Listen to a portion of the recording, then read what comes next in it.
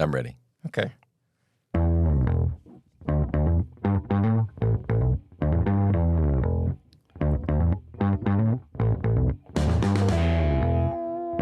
Welcome, Eagles and Eaglets. To another edition of Road Noise. This is Will. This is Jay. And Eagle families, we have a special treat today. As you know, December 1, author Tim Willard, who wrote The Beauty Chasers, is joining us for the annual Eagle auction. And Tim has done us the wonderful favor and blessing of joining us live and in person from his home in North Carolina for the podcast today. Welcome, Tim. Hey, guys. Thanks for having me. We're thrilled to have you. So I'm ruining my first question a little bit, but as I've been reading your book, I'm a simpleton on my questions. So first things first, I think in my head about the author, and I go, is he Tim or is he Timothy? It says Timothy on the book. Yes. Do you have a preference? My friends call me Tim, so please call me Tim. Okay, Timothy is like, Timothy is the authorial title of me. I gotcha. So it's just Tim. I get that all the time though on Instagram or emails. People are like, "Hello, Timothy." No, it's just Tim. What's your middle initial, Tim? What is it? I can't tell you that. Oh, you can't. The actual letter? Yeah. Initial is D. D.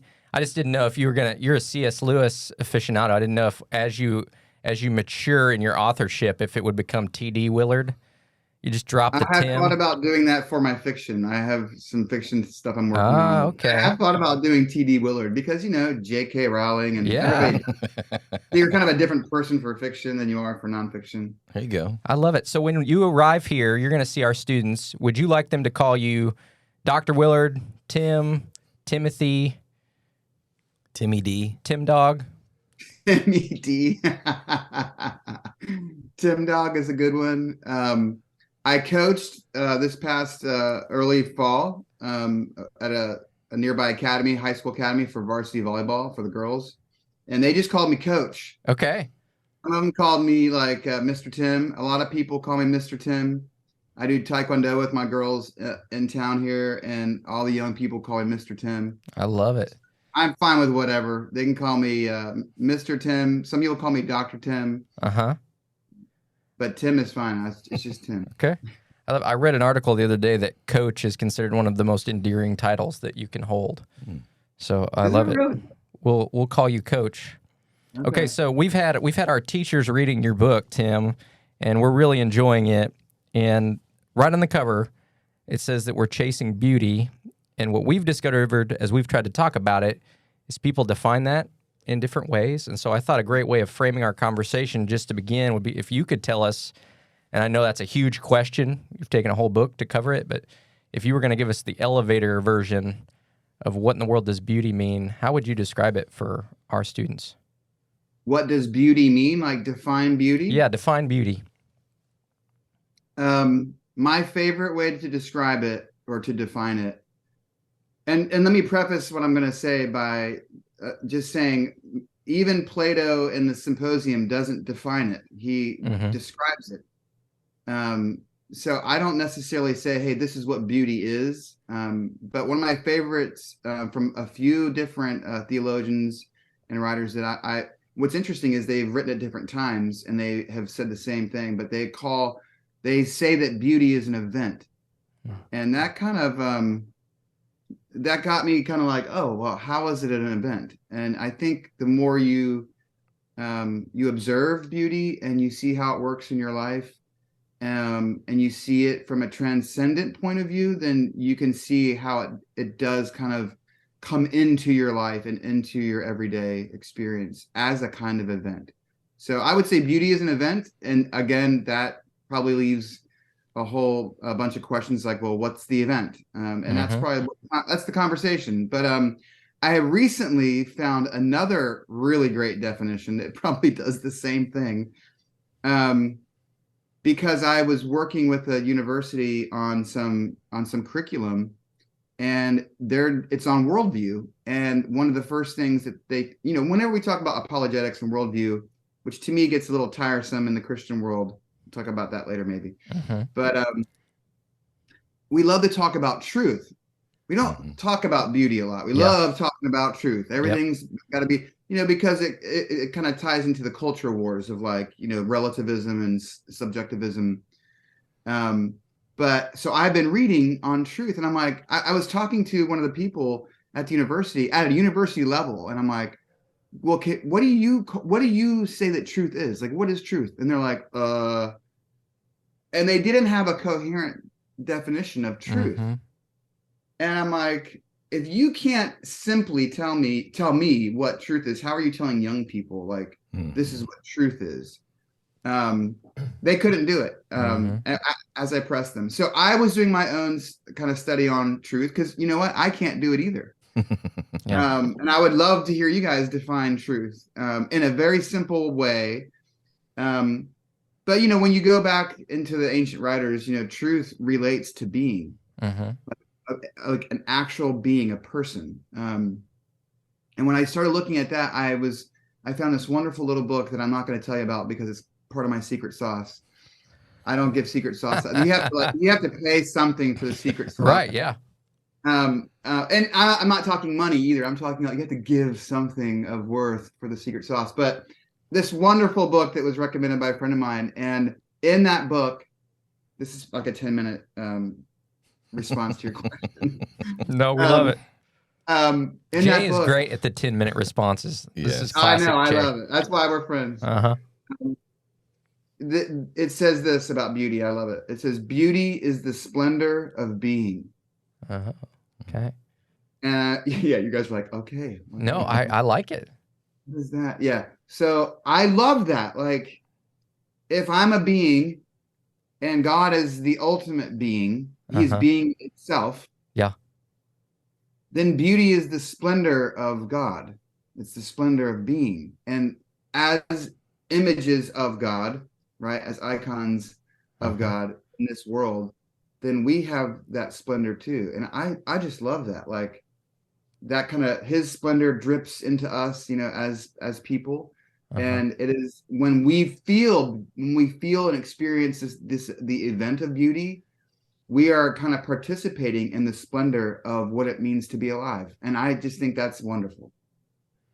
When we experience the event of beauty, what'd you say? We experience what it means to be alive?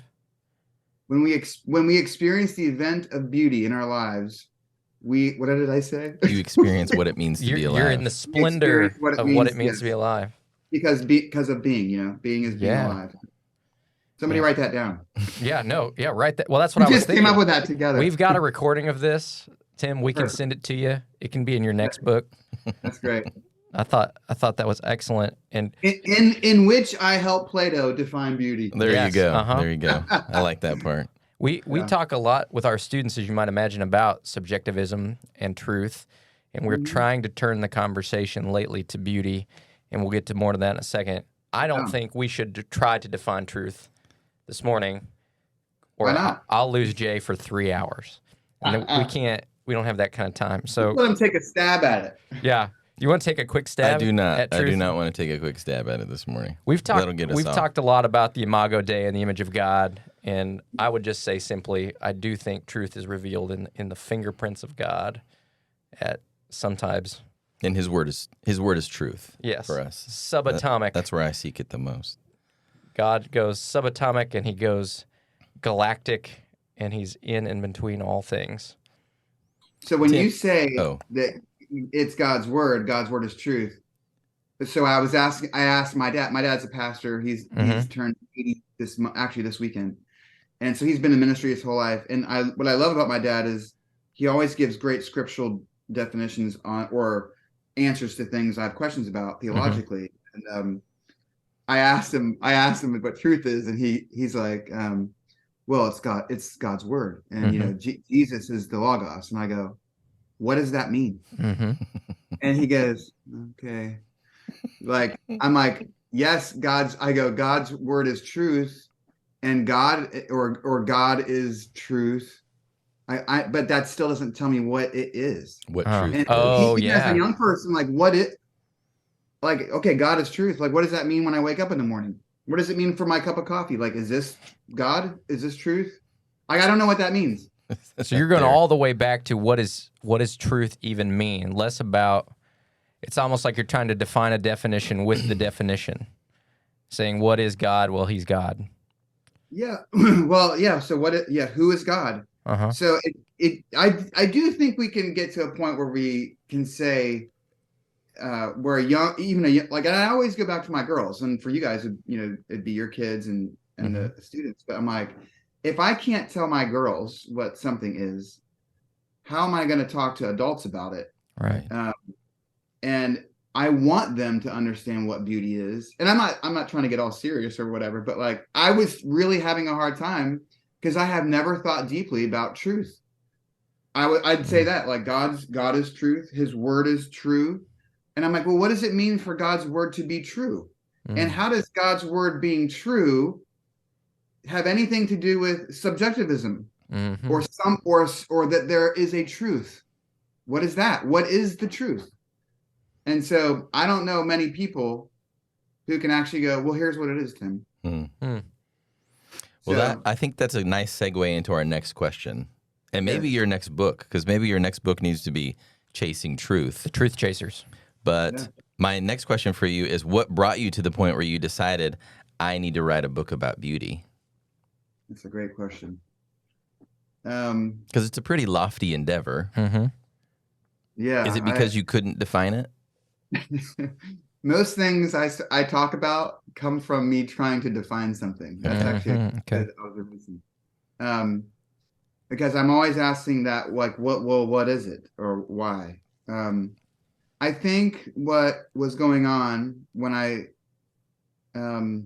was thinking about this book, obviously I had just come back from England for 2 years. I had been studying beauty in the works of Lewis, and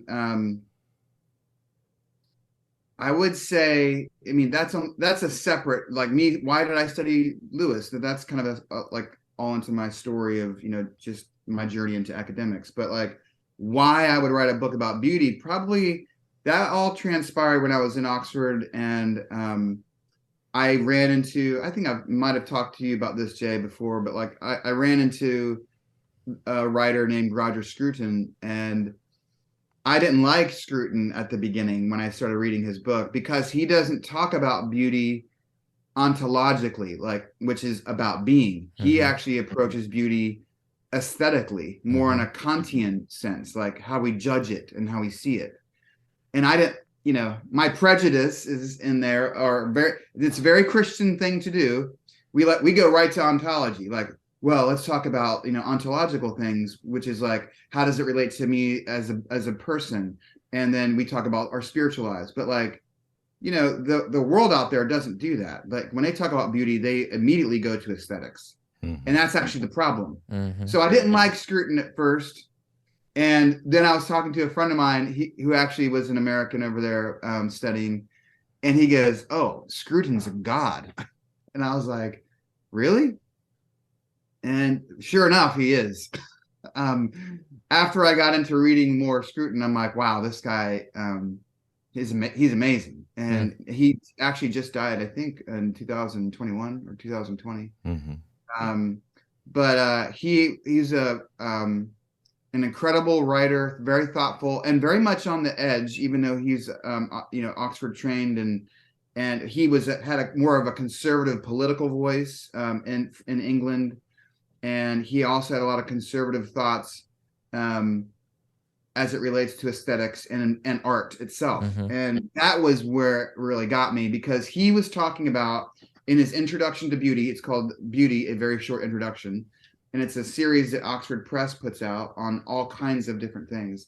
And at the end of that book, which is what I started not liking, because he was talking about beauty from just pure aesthetics, at the end of the book, he was talking about how beauty has been banished from our world. And that really got me like, well, what does he have to say about this? And he wasn't actually the first to say it or even observe certain things. But here's what he said. And I say this often to people because it was one of the first things about beauty and culture that got me really thinking. He said that if you would have asked an artist before the Enlightenment, like, let's say, 1690, and before, they would have told you that the goal of their art was beauty. Mm-hmm. And he said, and in our world today, the goal of the artist is self-expression. And then he goes further and he says it's even transgression. Mm-hmm. And that just rang true with me because, I mean, if you guys are, I mean, Jay's a pop culture aficionado and an artist and knows things. I mean, you can just look around and go, okay, that's true. You look at just the Super Bowl, and this happened a couple years ago, I think, while I was writing the book, and I was just I wasn't offended, but it was the Super Bowl halftime show was just lewd Mm-hmm. and profane and sexualized. And I mean, they're all like that, right? To a certain degree. And I was just like, this is the epitome of culture. Like the Super Bowl is the biggest cultural event in the United States every year. It's the biggest, from marketing, advertising, music. I mean, you name it. It's where all the movies do their big trailers. If you think about it, it is the epicenter of our culture, the football Super Bowl, which would be another fantastic conversation, right? I mean, if you really think about it, it actually is, if you can pinpoint it. And what we champion in that halftime 20 minutes is the profane. Sure. And self-expression of the artist and its transgression. And what I mean by that is we want to break rules. We think art is breaking rules. We think art is being avant-garde. We think art is being provocative. We think art has to say something or do something or because creating. And so that's what really got me thinking. I'm like, this is insane. And I go, and what I saw in just the Super Bowl halftime show and what Scruton was saying, and it's easy to see. I could go through architecture and talk about that, right? Where it has been gone.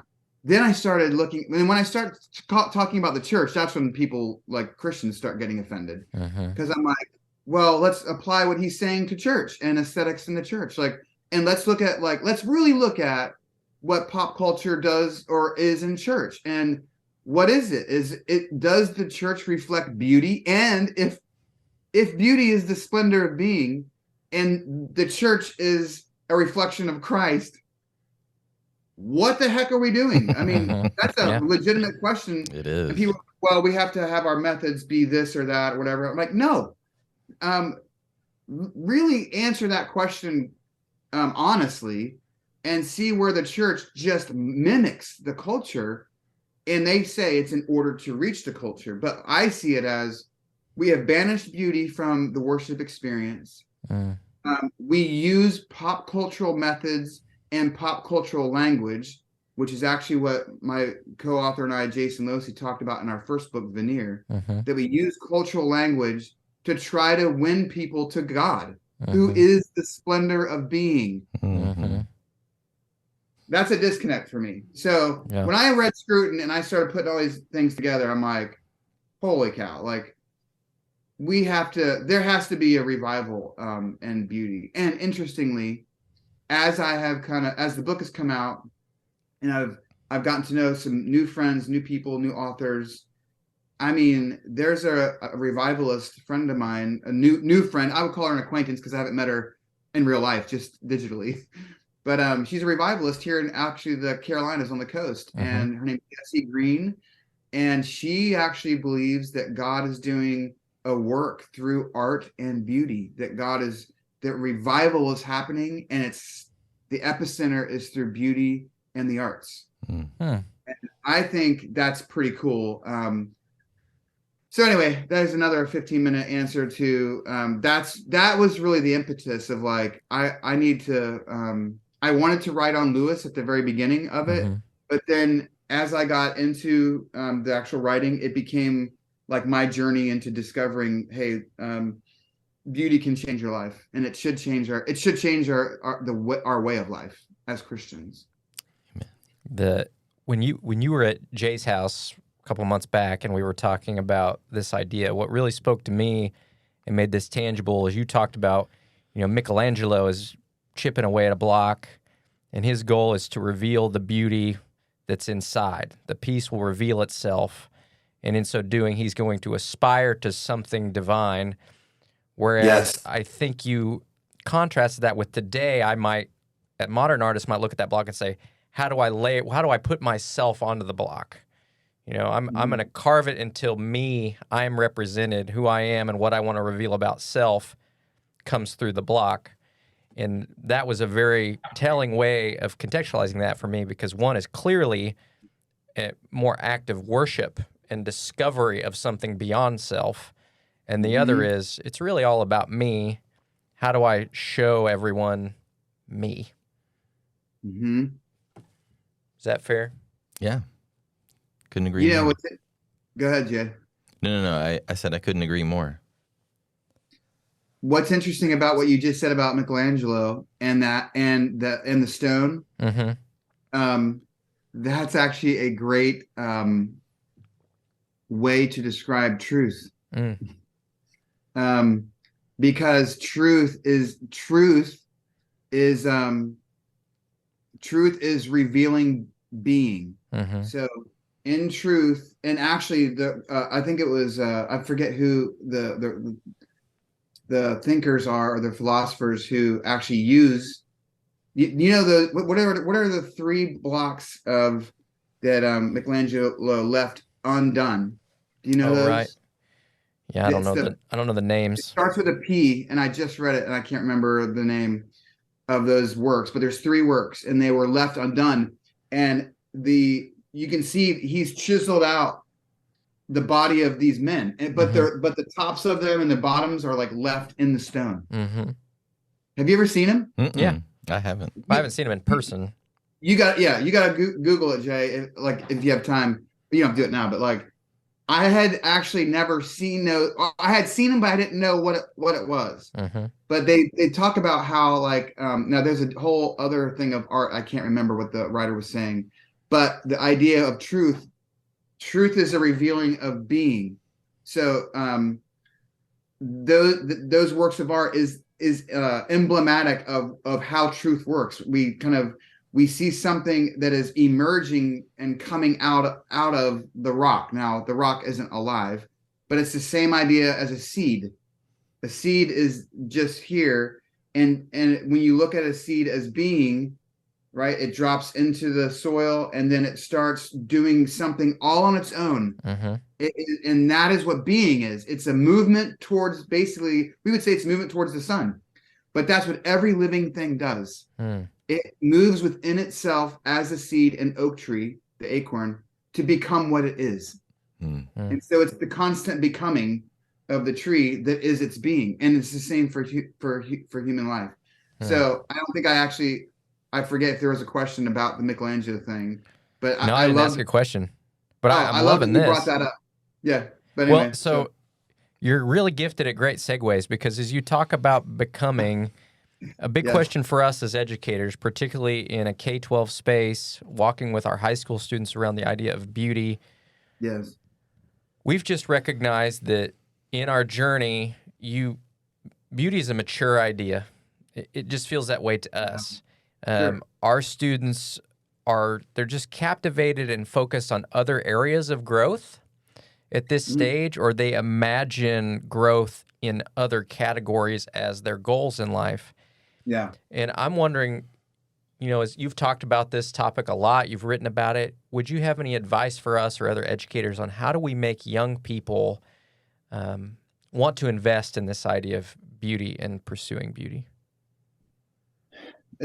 I think that question, I will be honest too here. I get this question all the time. I talk to a lot of home educators. I was in Knoxville speaking at an event, and there was a line of people after I gave this small address, and then I was talking to all these people, and several of them had this similar question, and one of them was a principal at a school, and she was like, "How do we do that? How do I make this something that they can participate in the conversation, or like you're saying, make them interested in it in a kind of early stage or whatever?"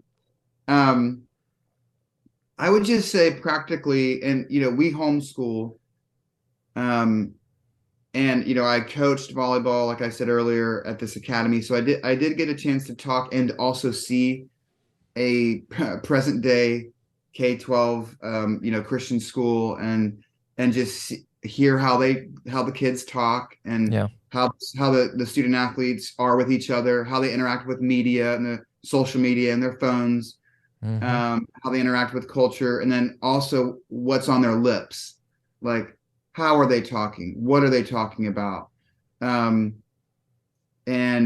their penchant for the deeper things, and that kind of thing. And so it was revealing to me in a lot of ways. And when I look at that experience that I had, and I consider like what you guys are asking and what others have asked, I feel like it needs to be the idea of beauty. It is mature. I guess I agree with that to a degree, but when things are inculcated into an educational experience at a young age, it then becomes, it can become, familiarity breeds contempt. So like by the time, if you hear something when you're young, by the time you're old, you're like, yeah, I know that, whatever. But there's also a good part of that where it becomes natural for you to talk about, like you guys, the transcendentals, like truth, goodness, and beauty. What are those things? But I think for this, I'm speaking for me, and I think this might be educational, or like can be like a pedagogy type of thing. I think you have to for me, how I learn and how I the things that stuck with me the most, and the teachers that were the best, they were able to show me something rather than just tell me something. They were able to inspire me to want to learn about it because of how I perceived what they were saying actually affected my life. Does that make sense? So like Mr. Boyer was my 12th grade practical economics, or no, I forget what was the class? It was some kind of government class. And he actually let me in as a junior, I remember. And it was everybody wanted to be in this class. And he took the book that was supposed to be the text, and it was almost like Dead Poet Society. He's like, here's your book. I have to give it to you. Now put it under your desk. We're never going to touch it. and the actual textbook was Newsweek magazine. Wow. Everybody got Newsweek. This is before, obviously, Newsweek was like a piece of junk. And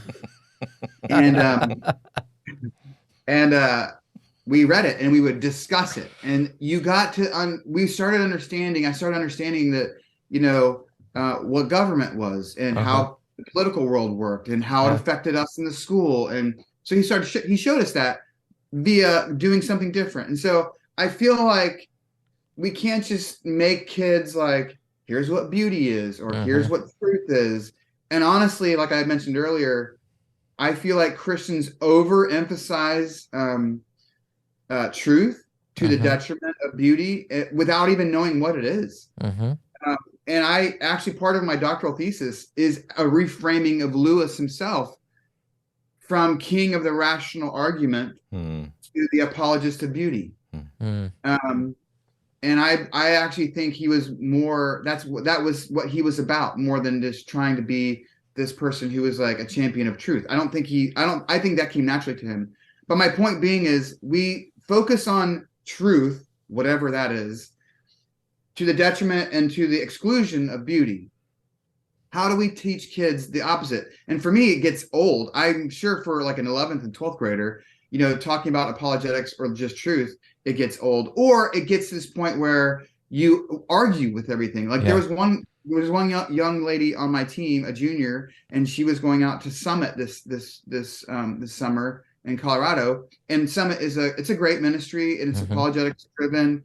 But that's all. Apologetics is all about like rational arguments. It's all about like, how can you prove God, or all those, all the proofs and all those things to combat the cultural relativism of the day. And like, so it's this thing. And I do believe we need to answer those things, but like, why aren't they talking about beauty and apologetics? Why aren't they talking about what G.K. Chesterton and Lewis did as imaginative apologists in the 20th century. First time ever that was ever used. We always go to the early church and the apologists, but there's plenty of theologians that say, hey, you know, second century apologists didn't really do anything for Christian culture. They actually made it maybe more of a detriment, meaning like they're arguing, and maybe they were just arguing amongst themselves. And now I do believe we are in a state of affairs in our world where, I mean, truth is completely relative. It is there, you know, people like a guy like Jordan Peterson, like a global intellect. He's championing things that are, you know, that I think need to be championed. But like when you talk about making young people excited about this idea of beauty, I think it needs to come out of the textbook first. And I think it has to, you have to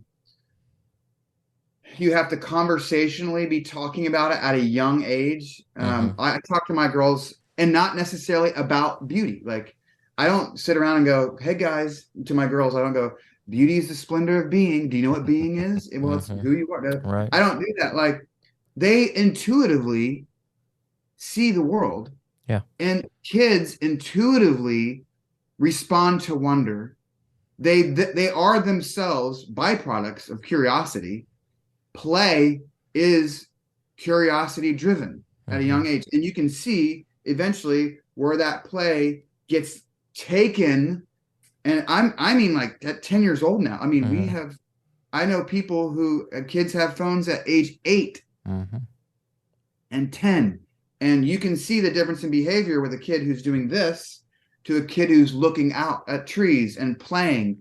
And I remember, I know this is another crazy long answer. I was sitting at a haircutting shop for the girls when they were very young, and I was talking to an older man there, and he had a young daughter there, and he had a couple older daughters who were now late teens, and we were talking about, like, he goes, you know, time goes so quick, and he goes, I will tell you, I've just loved how my girls have stayed innocent. And I go, what do you mean? He goes, well, you know, I have 16 and 17-year-old daughters who are still playing down by the creek, and they're still playing in the mud. And I was like, that's awesome. I go, how'd you do that?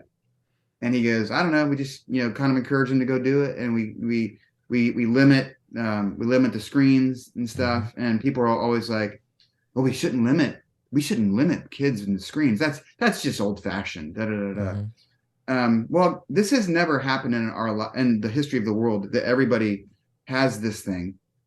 You know, this is more powerful than all 4 of my first computers combined when I was in my 20s, right?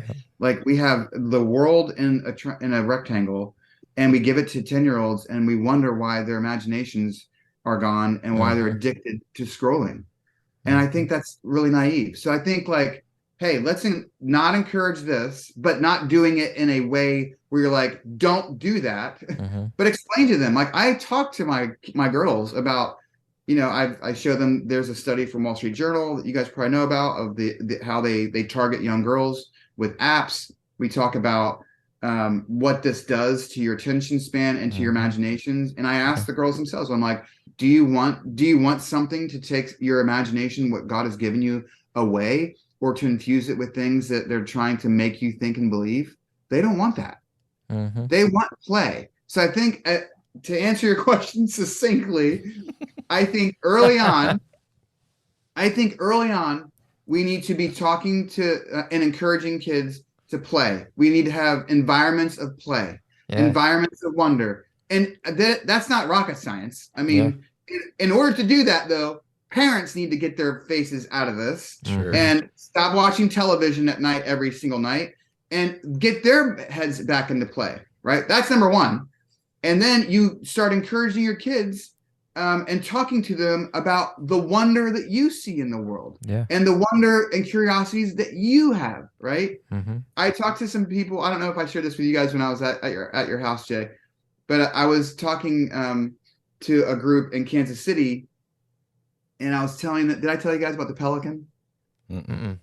I was challenging. I think someone had asked the question similar, and I was like, you guys us as adults, we have to be curious. Mm-hmm. We have to be looking at the world with wonder-filled eyes. And I'm like, and I use the example, I'm like, do you know why the pelican rides really close to waves at the ocean? And everyone's like, no. I go, have you seen that? And they're like, yeah, actually, we have. And I'm like, aren't you curious why the pelicans ride the waves?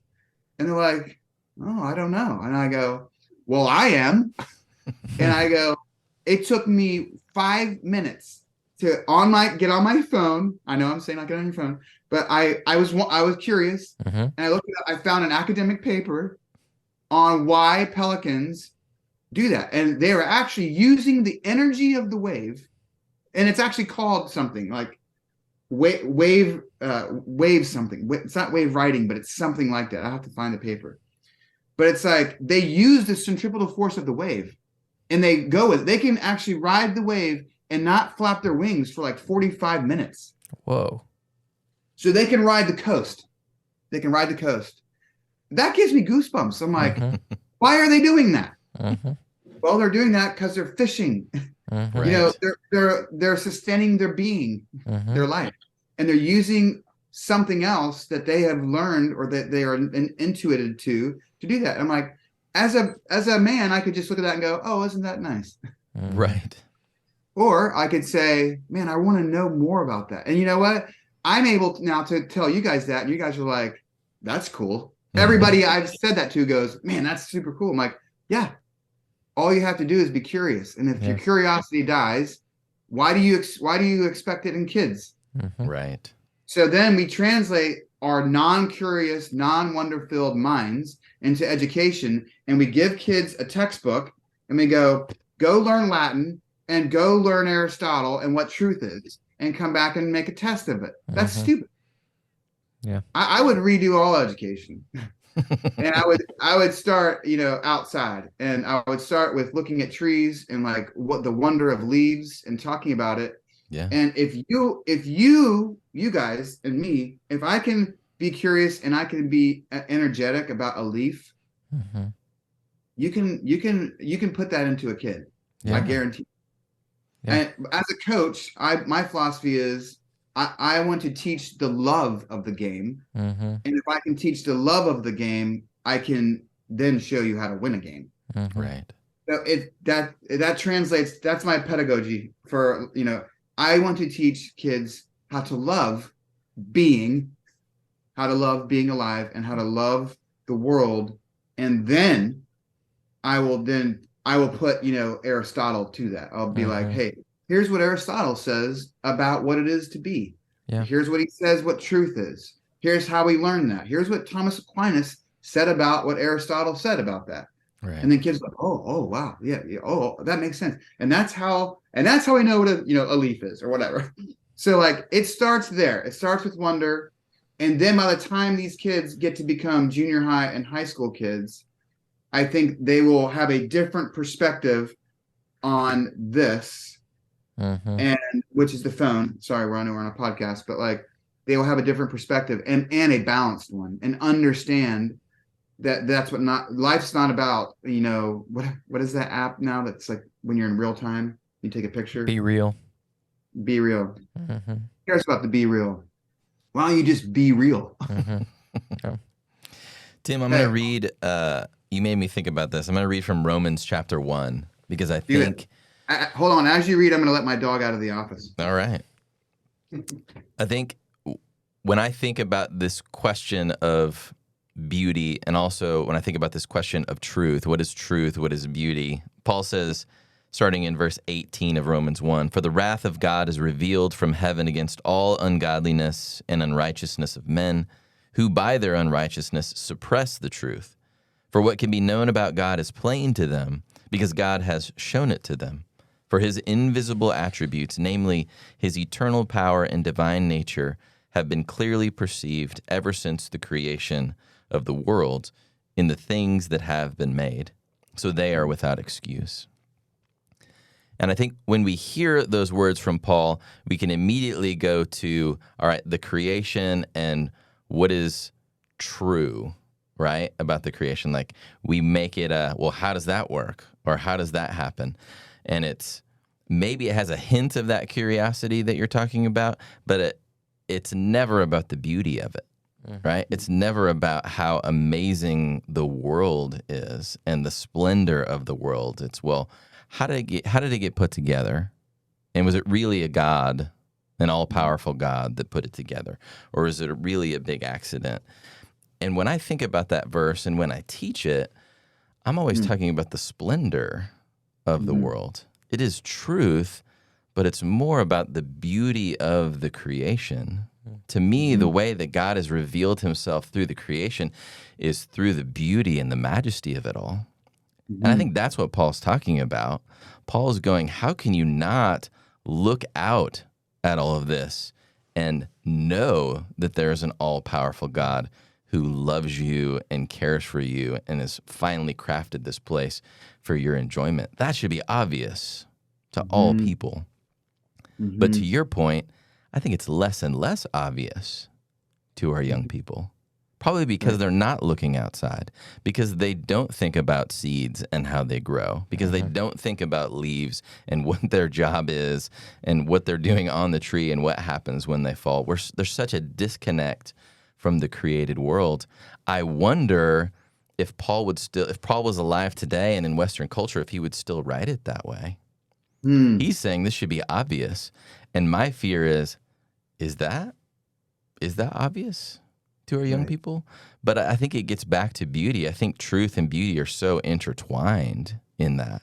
It is the beautiful that is revealing truth to our young people. But if we don't allow them to see the beauty, if we don't talk about it that way, if we don't talk about the splendor of the majesty of God and what he's done in his creation, maybe they don't understand God like they're supposed to. Do you think that some of that's our fault as educators? Sure. Because I think probably since, at least in the United States, since the 50s, we've shifted in this, but our roots are we can answer questions. Not the questions are bad. Like, I think education adopts this idea that curiosity is good, but also that we have the ability to master all questions. So your basic questions that we hung on to for thousands of years, we've answered a lot of those.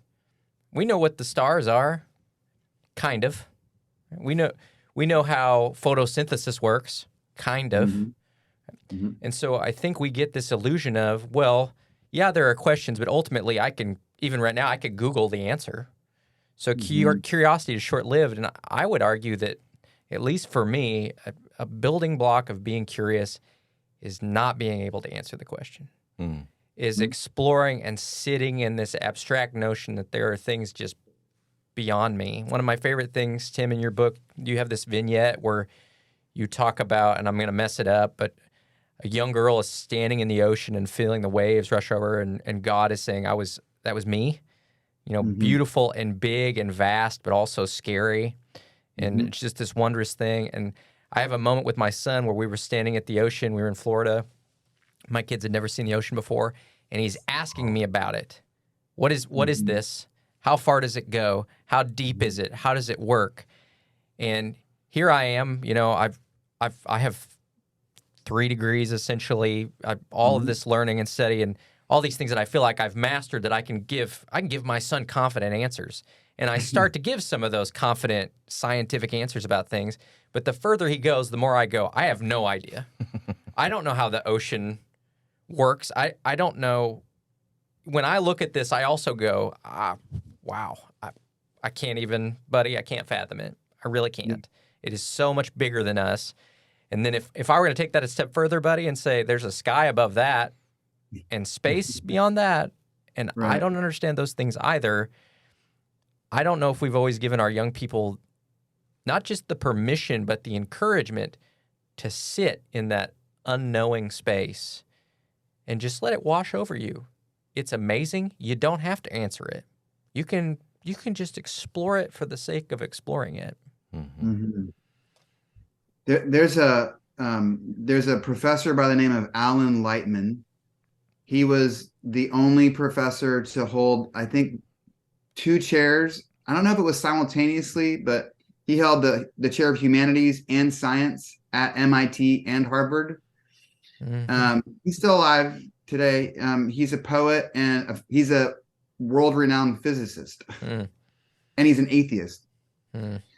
And he tells this story about being up in New England somewhere on his summer break, and they were at a cabin, and on that property, I guess it was near a lake or something near the water, but they were watching these ospreys, this young osprey family, these young birds they saw them being born, or they didn't see them being born, but they saw that they were young and up there, and then they were growing. And over the course of weeks, he was able to, from his deck, watch as the mother kind of like sent them out, like drops them off the huge tree.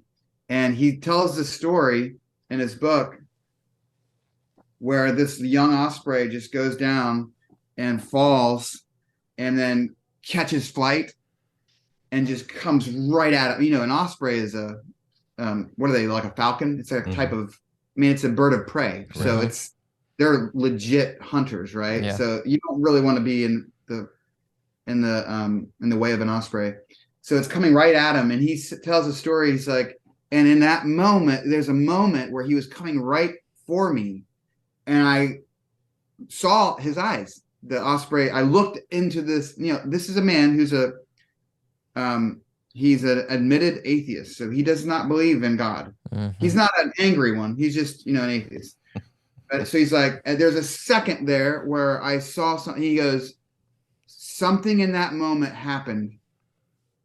And, philosophers or theologians would say it was a numinous moment, like a moment where he experienced something outside of himself or something of the divine.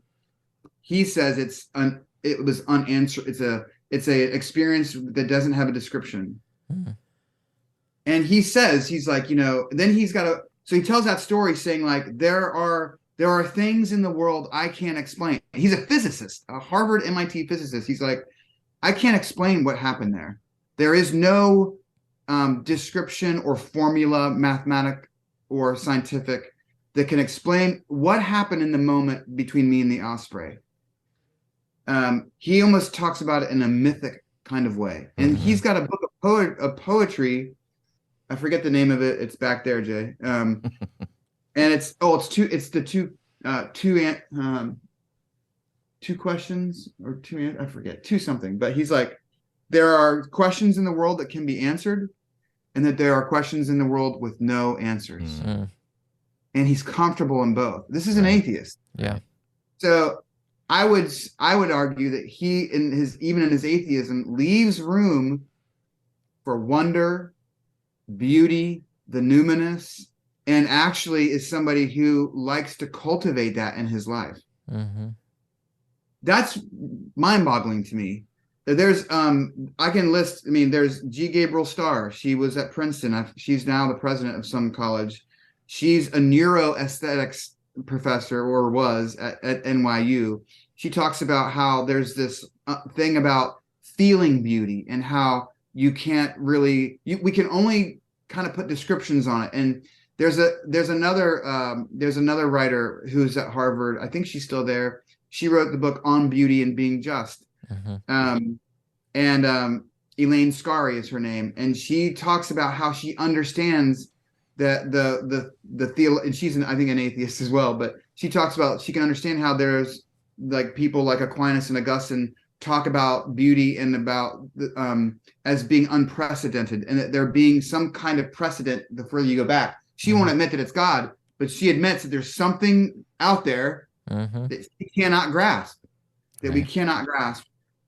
So I say this to speak into what you guys are already saying, and I love it, is that when you're standing there, Will, at the ocean and going, I don't know. That's the best answer you could do. That's the best thing, because we don't know. Physicists don't know. Humanities professors don't know. Not Alan, what's his name? Frank Wilczek, who's a Nobel Prize winning physicist. He has a whole book about does the universe is there beauty in the universe? And he says, and I don't know if he's a Christian, but he actually says, yes, there is, and there's probably some kind of artist, because people don't know. He talks about like Newton. You realize like we know what gravity does, but we don't know what gravity is, and we don't know where it comes from. We don't know what energy is. Nobody knows what like in a black hole or where they come from. Like there's all kinds of things we don't know. Yep. And these people who are, either avowed non-Christians or atheists or agnostics, they see that the universe is filled with beauty, and that there aren't answers for it. There aren't answers for the splendor of the stars and what's beyond that. And nobody can sit there and tell you where the oceans came from. Yep. I mean, we point back to Job, and where God he actually can level all of his accusations at every single one of us. Yep. Can you tell me did you wake up the dawn? Do you have a place for the lightning? Do you store the snows?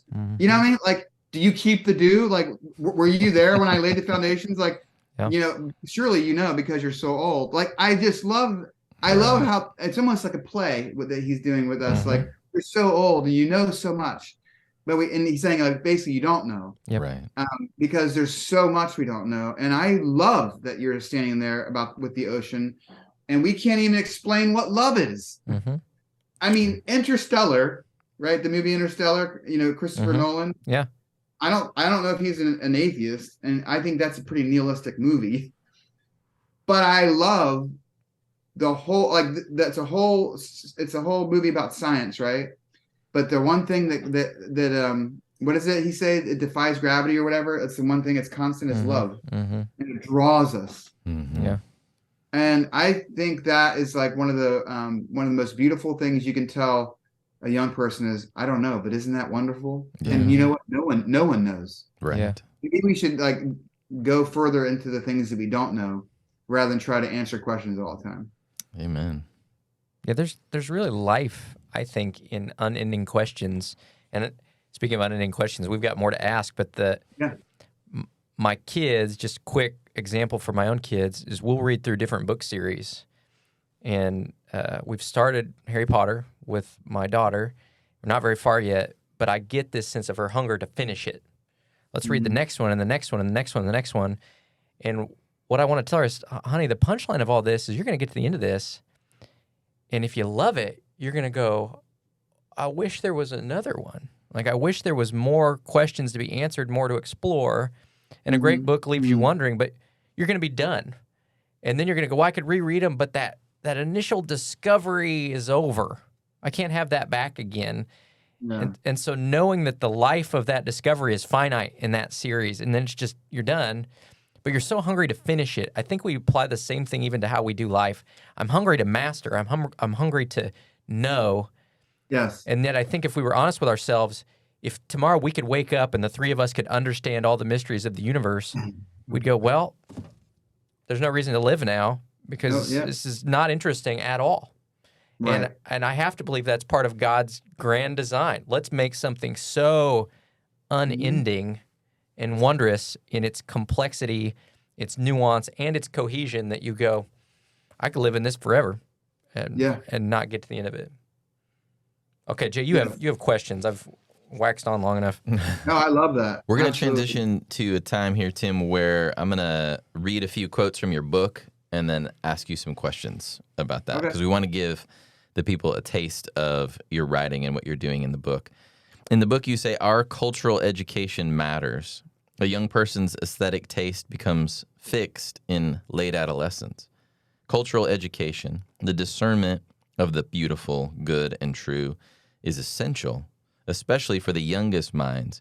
And yet much of their cultural education today comes from gaming, social media, and YouTube. Tim, we'd like you to talk a bit about how you think we can foster a cultural education for our young people that does foster a pursuit of the beautiful, the good, and the true.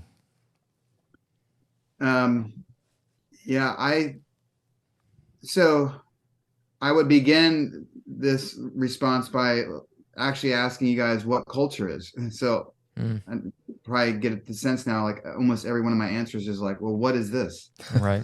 So I talk about a cultural education. And what I mean by that is like the world that we live in, whether you realize it or not, you are being educated by something.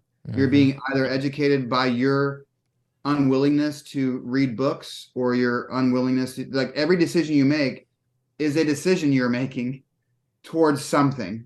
Okay, so if I decide to read Aristotle this morning, or the Apostle Paul, that is something that is I'm inputting into my imagination.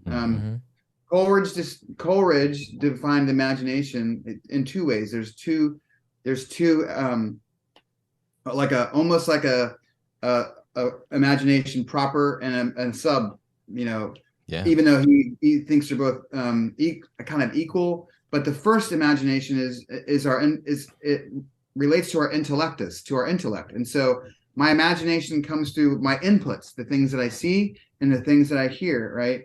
And it is my perception, my ability to perceive the things that I see and to hear, and then my imagination takes them and my intellect, and it kind of forms ideas around those things, and it responses, and also things become, like I said, your aesthetic taste can be fixed. Like, so if we're showing kids things that are ugly, or they're around things that are just pop culture driven, like a church that's just, you go there, it's a concert every, it's Nickelodeon in their, in their youth, and then it's, a concert in their whatever. They will grow up equating church with that kind of a thing. That's just how it happens.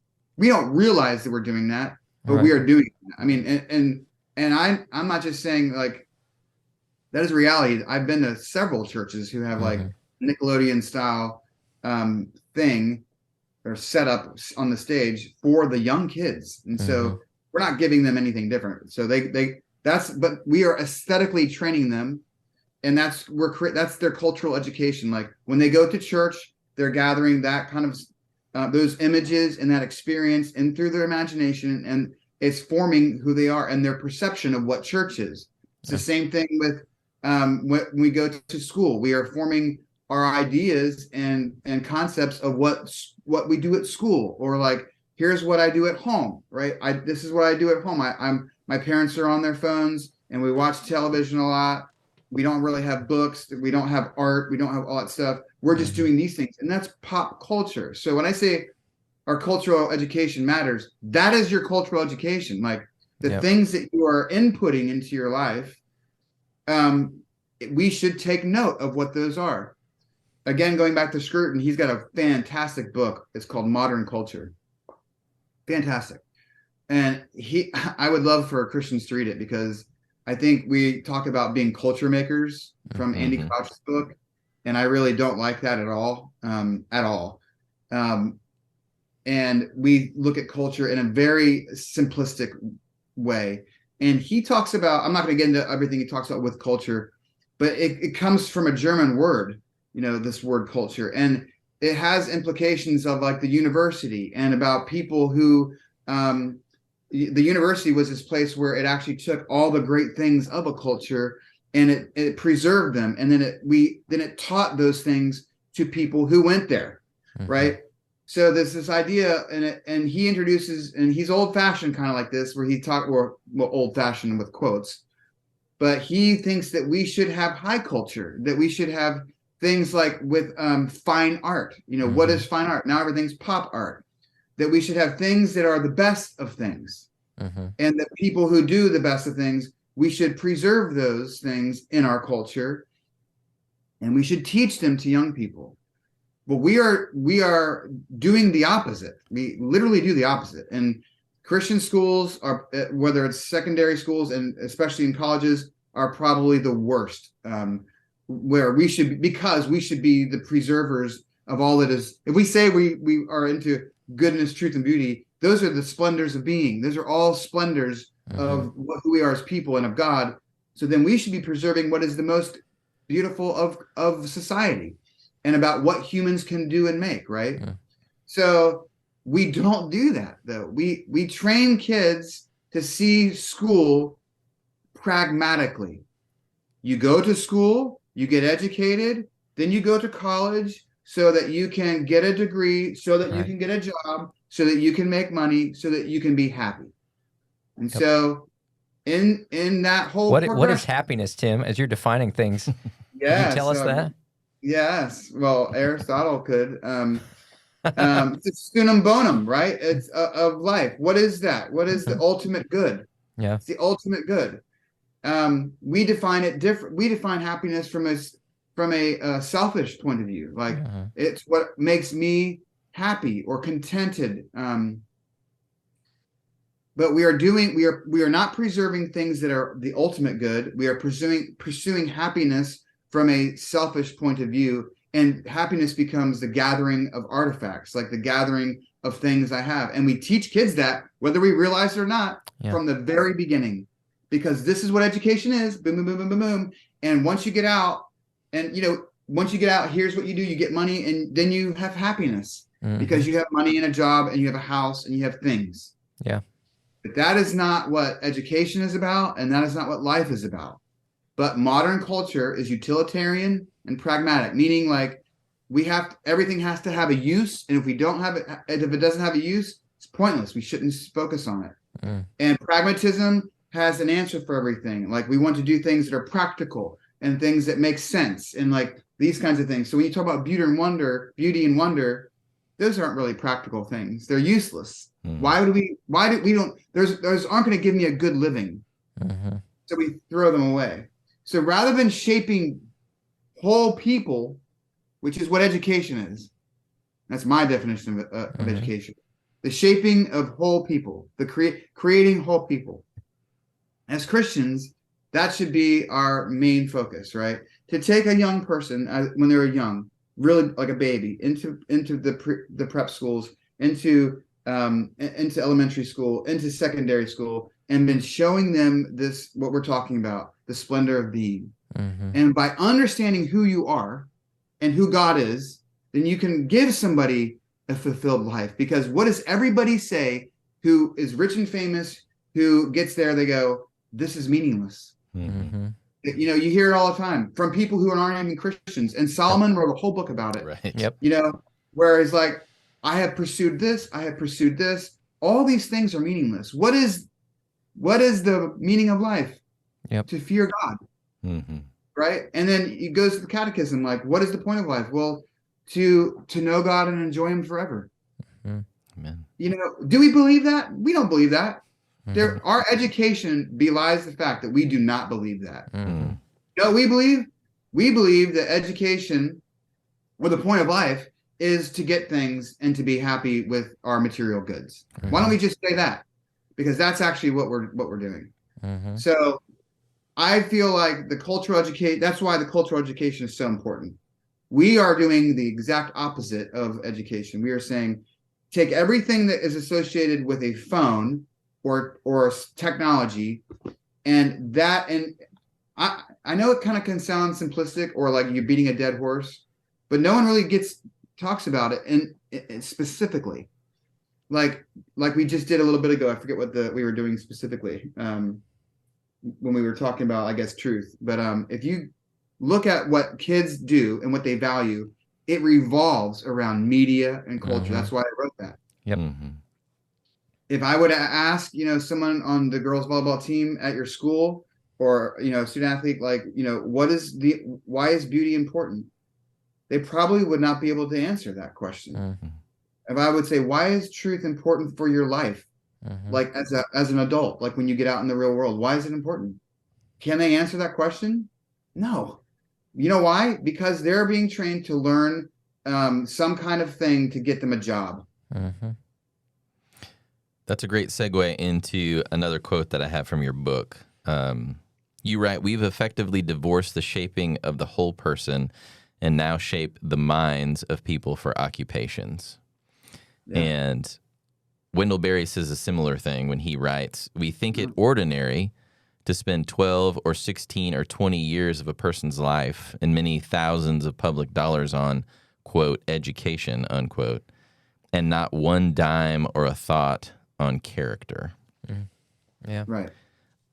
We would like you, Tim, to talk about why it's so important to shape the whole person, body, soul, mind, spirit, And how does the pursuit of beauty help us shape our young people fully?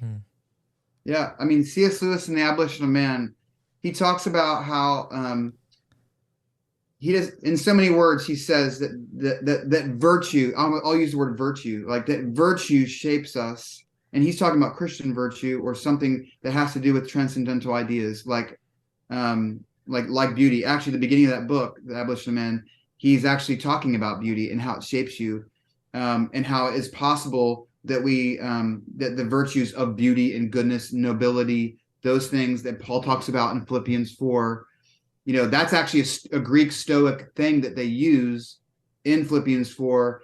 And you know why Paul uses it? He's contrasting the anxiety produced by the world and to focus on the beautiful, because that will shape you into be what Lewis talks about in The Abolition of Man, to be people of humble heart. Mm-hmm. And I love that.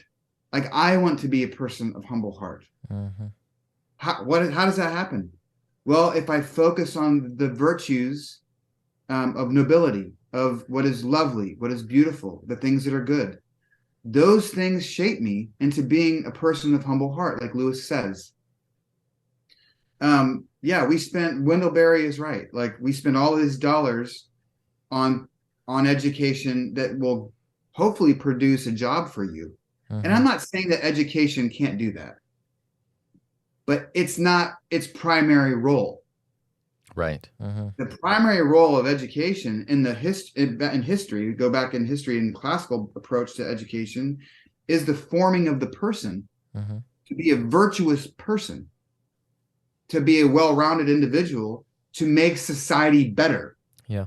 Okay. So like, that's where we lose things. We say, we're giving you an education so you can get a job.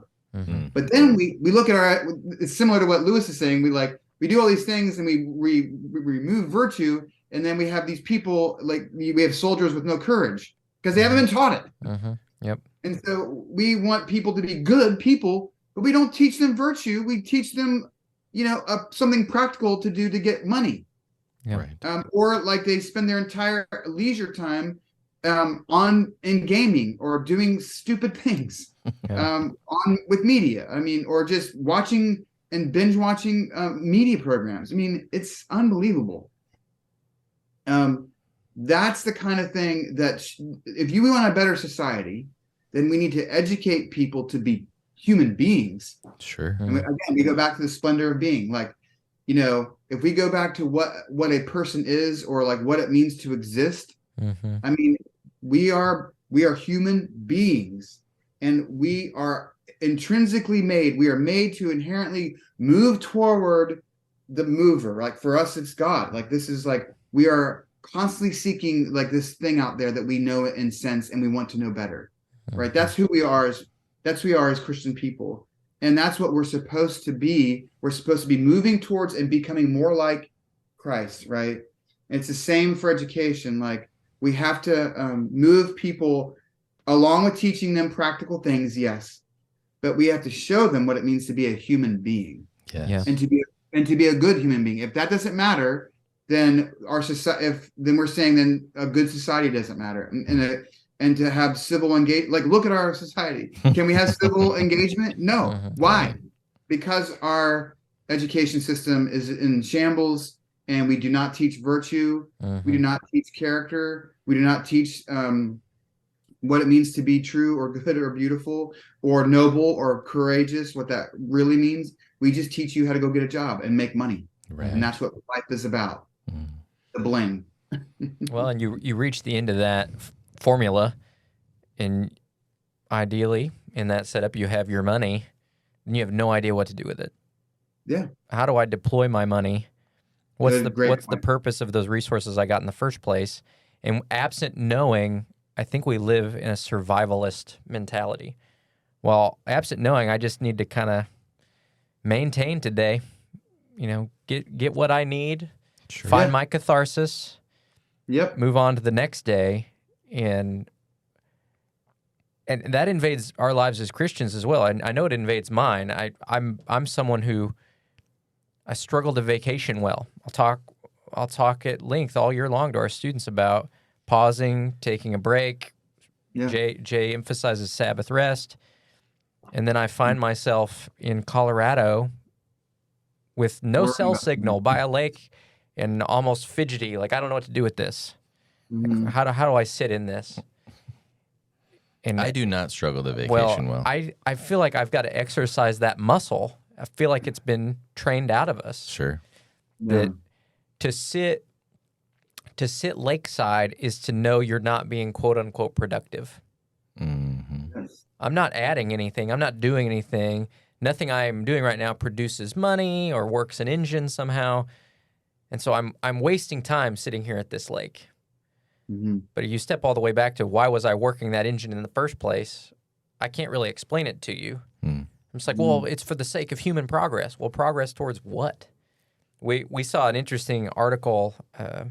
Forget who brought it up. Somebody found, I think it was at our local museum, they had an article from like the 20s where some futurist had imagined this idea of, it was crazy, of having like, he didn't have words for it, but a computer in your pocket. Like, we'll be able to communicate from anywhere that we are and be able to accomplish anything from anywhere that we are. So it's amazing to read this in like the 1920s. But then the punchline of the deal is when that happens, as people, we will just enjoy leisure activities because we will have made all of this other stuff, this grind, automated, and it will be so easy to reach us that we will just live lakeside. And we'll let all this other stuff kind of work in the background, but we will enjoy, to use the language you're using here, just the beauty. We will sit in the beauty of life. Now, hindsight 2020, we know what really happened. We got what that futurist said, and what did we do? We deployed it to do more of the grind. Mm-hmm. We didn't leverage it to somehow sit in the splendor, as you describe it. Congress convened, I think it was in the 1960s or 70s, to talk about what we would do with all of this leisure time that Americans will have in the future. No way. And we see what we've done with it. We have used it so well. We have less and less of it all the time. Tim, we've taken up so much of your time. I have one more question. Yeah, one more. Because I want it to be really practical for our families as we kind of end this today. Yeah. In your book, you are borrowing from Charlotte Mason, and you suggest that it is largely, quote, in our homes that we influence young people the most. It is in the home that a child's character forms. So I'd love for you to kind of talk us out on, can you talk a bit about fostering a love of the beautiful at home with our kids? Yeah. I was just telling my wife the other day, I forget what we were talking about in general, but I was talking about how a lot of times we look to the church to disciple our kids by sending them to the group and whatever. Yep. We off our kids on the church and go, hopefully they'll get what they need there because we're not what's the word I use? I forget, but it's the idea of like, we're not suited to, or I don't have the credentials to be able to disciple a kid. That's just silly. The home, like I can remember, remember like things my dad would do. I remember as a young kid, my dad, if I would get up before him and go to his room to see where, if he was there, I would see him on the edge of his bed and in prayer and I knew he does that every day. He gets up and I know I love how in The Chosen, if you've seen The Chosen series, Jesus is depicted like, and so are James and John when they're getting up this one morning in season 2, and they get up and the first thing they do is they pray to the Lord. And I love that. And I saw my dad do that. I saw my dad be faithful and be there for people in the church. I saw my dad, spend hours like going from our home to the church, and how that was an extension of his love for those people. So like I watched what I'm telling you is I watched my dad, and that shaped me. I didn't realize that probably until my late 20s, how much, because I went through some stuff in my early 20s where I was very angry at God for some things, but then worked through that and then got to the other side and saw how my dad and my mom and their faithfulness was so impactful to me, or for me, and how that shaped me. And we don't realize that we're doing that. You don't realize the impact you're having. There's one of the student athletes I had this year. She wasn't going to play volleyball, and her mom made her. It's her senior year, and she came to me afterwards, and she goes, I just want to thank you for such a wonderful year, and it really impacted her. And that's the point, right? I love, you can never tell me nothing better than I'm so glad I did this. Yeah. Because of the impact that it had on me, not just as a player, but as a person. That's to me like the holy grail. And that's what I wish parents could see themselves like coaches. And I tell my wife this all the time. I go, parents are coaches. They just don't realize what they're coaching. And I wish that, it makes a difference if I tonight, I get done with my work and I go out and I sit in front of the television for 3 hours. It makes a difference. It makes a difference will I do that, or will I go outside and sit and make a fire, maybe with my wife in the cold, or will I sit outside and walk the dog, or will I work on a piece of art that I'm working on? Yeah. Will I choose to read? Will I choose to do something with my kids, or something? Those choices matter. And what happens is, I understand the pressures of the culture. I do. I'm not some people can't do that. Whether the home experience doesn't let them because of such hard situations. I get that. I understand that. And there are, things are hard, but even in the hard things, that's an education. Recently I've gone through a hard thing, and we talk about it openly with our kids. Now it's obviously, if it's not appropriate, that's one thing, but we talk about the things in life that are joys and that are struggles. And by just talking with them, it educates them. Sure. And the girls see that, and I'm just naturally like this. I don't watch a lot of television. And I can be pretty critical of some of the pop culture stuff, and that's fun for me. But I want them to see this, I want them and not everybody's going to have a library or whatever, or values books. It's fine. But there are other things. Everything matters. So whether you have a bunch of books in your house or 10 TVs, those things matter. Sure. And I would argue that maybe we should be reading more. Yeah. I get the same thing with people. I've had people tell me that they're not outdoor enthusiasts because they bought into the lie that some people are outdoorsy and other people aren't. That's dumb. Yeah. God has created everybody to be in participation with nature, every single person. And there was a time where you didn't have a choice. Yeah, everybody was outdoorsy. You had to be outdoors. And yeah. Obviously there was, agrarian cultures it wasn't always, this. I'm not trying to put it like this. It's the romanticized thing, maybe a little bit, but we need to realize that the decisions that we make in the home matter. And the kids are being educated through that. Even if you send your kids to school, they're being educated at home. Yeah. Because of the choices they make. And for me, I try to be cognizant of that. And what decisions am I making tonight? And that can reach into all kinds of different things of stewardship of time, stewardship of resources, what I'm doing with friends or whatever. All that matters. And the home is the hub, and it should be. Yeah. I love that. I actually loved COVID for the aspect that we got to have church at home for almost 2 years. We did that. We're kind of still doing it a little bit.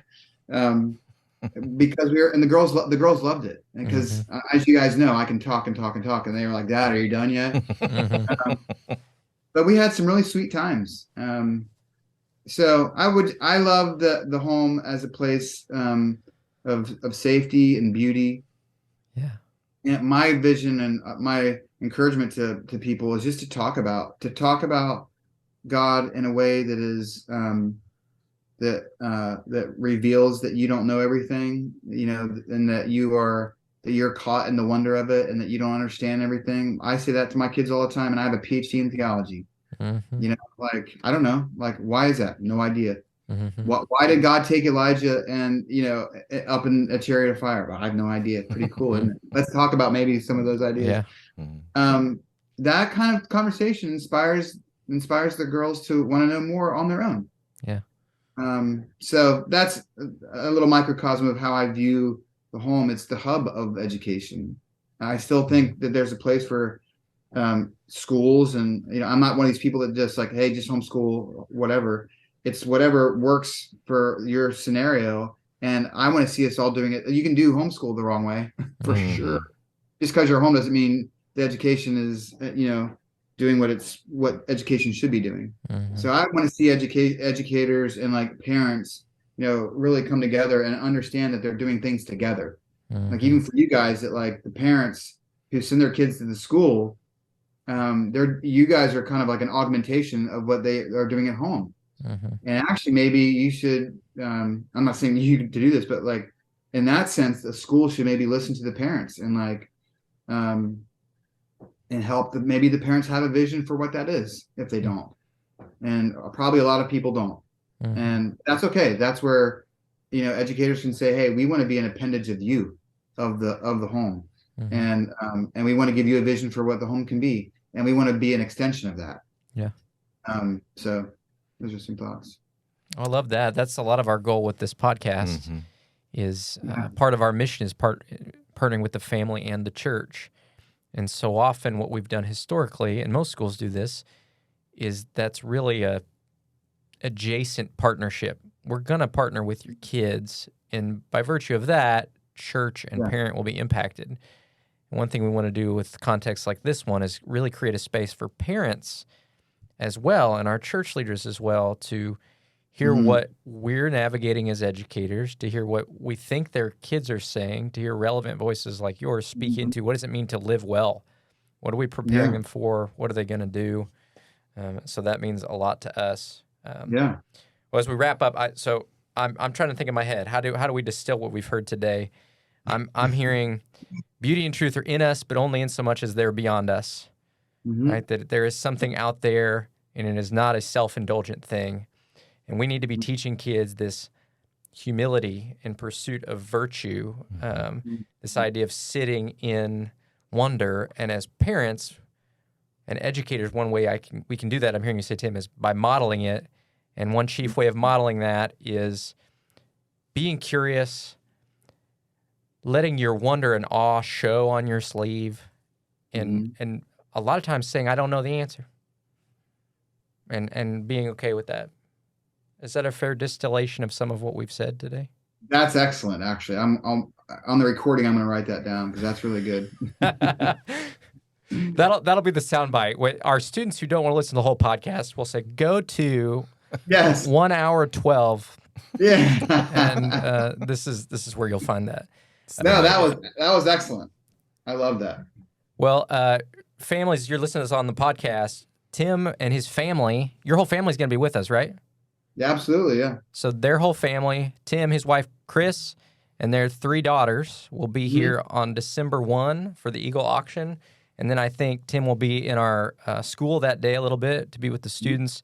And so if you've enjoyed this conversation and you have very specific questions for him, he has proven to us to be always ready and willing to answer questions, or, as he said today, acknowledge he doesn't have the answers. And I want to say before you even come, what a privilege it is for us that you're coming, and it means a lot to us. So please, we're going to thank your family profusely when they get here, but please pass on our thanks for monopolizing your time this morning, but also for joining you on this trip and visiting us. We're excited to welcome them in and make them honorary Eagles for a couple days. Yeah, for sure. This is I love conversations like this. So whenever I can be part of them, I jump at the opportunity because I want to see change, a good change. And I love what you guys are doing. So we couldn't be more happy to be coming out, driving out in the the old rover to see you guys. So we're excited. And we're really excited. Jay, anything you need to add before we close this thing down? No. No? No. You ready to close it? You guys said it all. Okay. Tim, I'm going to play us out with our music. We don't really have a script for how we close this out. We're going to play the music, and Jay, Sounds you want to good. riff Play it. over this? Jay, I do not want to Jay riff. is great at He always just throws me- riffing off the cuff. You want me to close it? Do it, riff, man. Okay. All right, I'll riff. Okay. I'll riff. Jay's going to close us out. Here we go. Families, we are so thankful that you joined us today. Tim, we are incredibly grateful that you joined us as well. Families, I hope that you're encouraged. I hope this didn't sound too lofty. I hope that you can grab hold of these ideas and these notions and just seek what is good and what is true, and especially what is beautiful in life, especially with your kids. Show your kids something beautiful today. Take them outside. Take them for a walk. Just enjoy the splendor of God and His goodness. Amen. God is good. We love you. Have a great week.